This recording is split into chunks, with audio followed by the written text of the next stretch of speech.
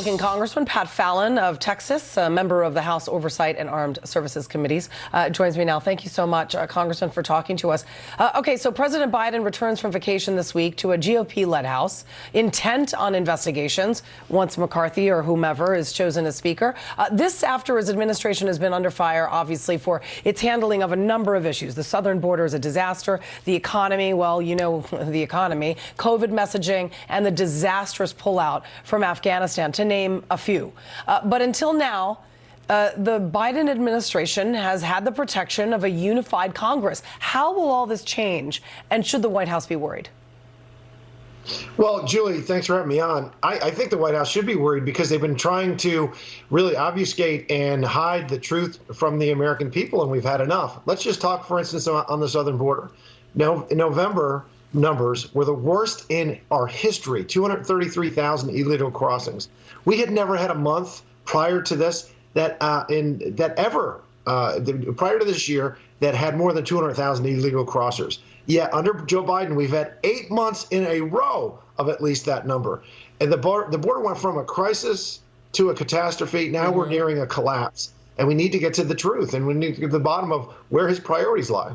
No, it's absolutely a disaster. And as far as the border is concerned, there really is no end in sight. I mean, you know, Title 42, as we know, that was extended until June. But this administration hasn't even been using it properly. Otherwise, it would work if it was actually enacted. So essentially, you're looking at over 2.3 million illegal immigrants that have come into this country under Biden's watch. And under Trump, when Title 42 was actually used the correct way, the number was somewhere around 700,000. You do the math.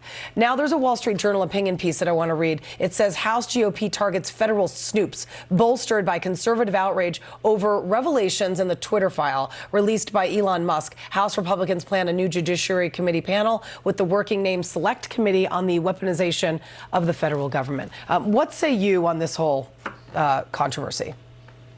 Julie, it's absolutely chilling that the federal government could be in collusion with the social media in some of the private sector to try to influence elections, quite frankly. There was collusion in elections, but it wasn't Russia in 2016. It was Joe Biden's campaign with Twitter and other social media platforms in 2020.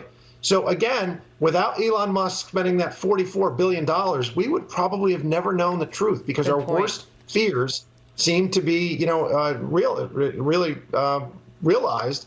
And the fact that they're gaming the system again. All right. Let's talk about the speaker role. Congressman Kevin McCarthy his battle for speaker faces its final hurdle ahead of tomorrow's vote. Some see a path to victory for McCarthy, but 9 Republican House members did write that stinging letter warning how electing him would, quote, represent a continuation of past and ongoing Republican failures. Are these GOP members shooting themselves in the foot? Because they've got a lot they want to get done, and you can't get anything done until you elect a speaker. And he is positioned to be probably the most likely candidate. So why the pushback? Well, you know what? We haven't seen this in 100 years if we don't elect a speaker on the first ballot. So It's an extraordinarily rare circumstance, quite frankly. And the way I look at it is very simple. We had a conference vote, and we all pledged to then vote for the conference nominee. And Kevin McCarthy won that vote 188-31, not to mention the fact that he helped raise nearly $500 million, and we did get the majority. And he's been leading. He hasn't done anything in the last 2 years since I've been in Congress to lose my vote. So we have diversity of thought in the Republican conference, unlike really on the Democratic side. So people are airing their opinions. Okay, I want to turn to the border crisis again, just for a quick second. For President Biden, as he starts 2023, critics are slamming it, obviously, as a humanitarian crisis. You had stronger words for it. It's a catastrophe. You are absolutely right. There's a new Fox News op-ed pointing to shocking numbers from the border. Our immigration courts have a 2 million plus surplus case backlog, and it's more than we can handle. Almost 800,000 1,000 people are waiting on asylum hearings, which typically take 1,572 days or 4.3 years. It comes as illegal immigrants continue to pour across the border at a rapid rate. Encounters for 2022 shattering records, and experts don't expect it to slow down anytime soon. If the Democrats have any wherewithal as to what is going to come in the next election, this is the #1 issue, aside from crime, that they need to put all their eggs in this basket. Because, quite frankly, Republicans and Democrats are fed up, and this White House does not see it for some reason.